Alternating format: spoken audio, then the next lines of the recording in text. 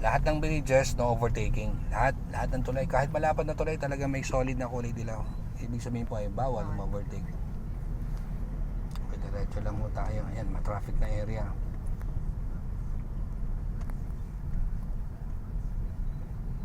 Basta nagba-bright red ang mga ilaw ng likuran nila, humihinto yan or nag-a-apply ng brake.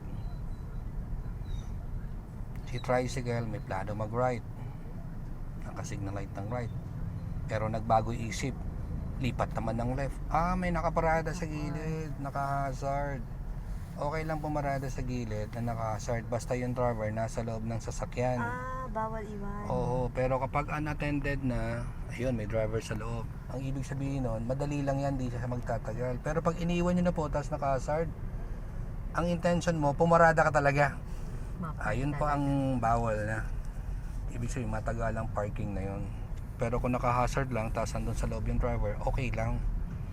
Kung sakali may sumita na enforcer, mamang pulis, pwede ka namang sumunod, lipat ka na lang. Pero hanggat nandun sa loob, walang violation yun kasi nandun sa loob yung driver. Sige, lahat ng pumapasok, pagbigyan mo na ma'am. Ayan, libre sa unahan. Si Vios, may plano yata pumasok, naka-signal light. U-turn. Alam nyo ba ako pag ako nag-u-turn, hindi ako nag-u-turn sa maliit na kalsada. Hahanap ako ng malawak na space, saka ako babalik. Pero dito sa atin, akala ko atras pa siya yun. at least Yung lalagarin. one full U-turn na lang. Pero ako masyado ako meticulous sa U-turn. Nag-u-turn ako sa hindi ako makakabala. Oo, kasi Hahanapan ko, busy street to eh. busy street to eh. Hahanapan ko na kahit lumayo ako, doon ako sa maluwag. Saka ako babalik. Nakakaabala. Okay, sundan lang natin yung kurbada kaliwa. So left lang ho yan. Signal light. Apo, pwede rin po mag-signal kasi may right to, tapos may straight. So magla-left naman tayo dyan.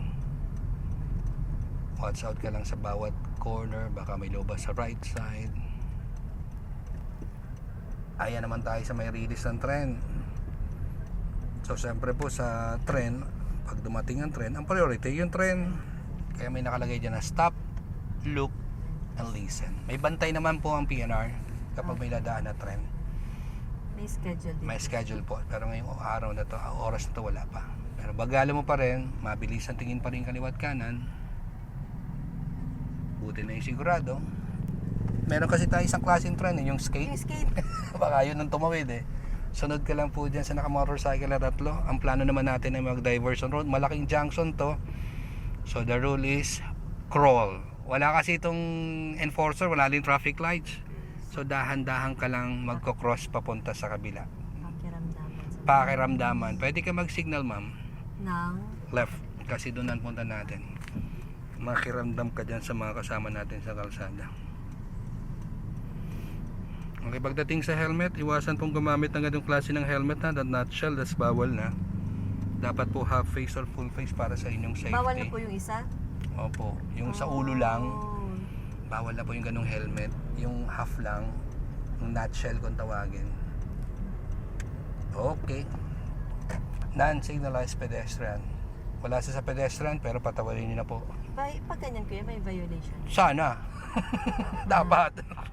So pag ganyan may multa. Opo, dami multa yan. Dapat may